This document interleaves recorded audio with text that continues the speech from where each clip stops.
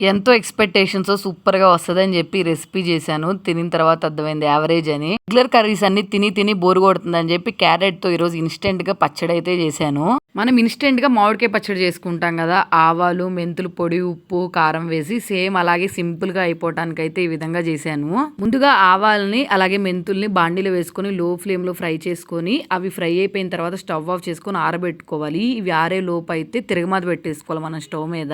బాండీలో ఆయిలు, ఆవాలు, జీలకర్ర, ఇంగువ, ఎండుమిర్చి, పసుపు చివరగా దింపే ముందైతే కరివేపాకు వేసుకొని తిరగమాతనైతే చల్లార్చుకోవాలి.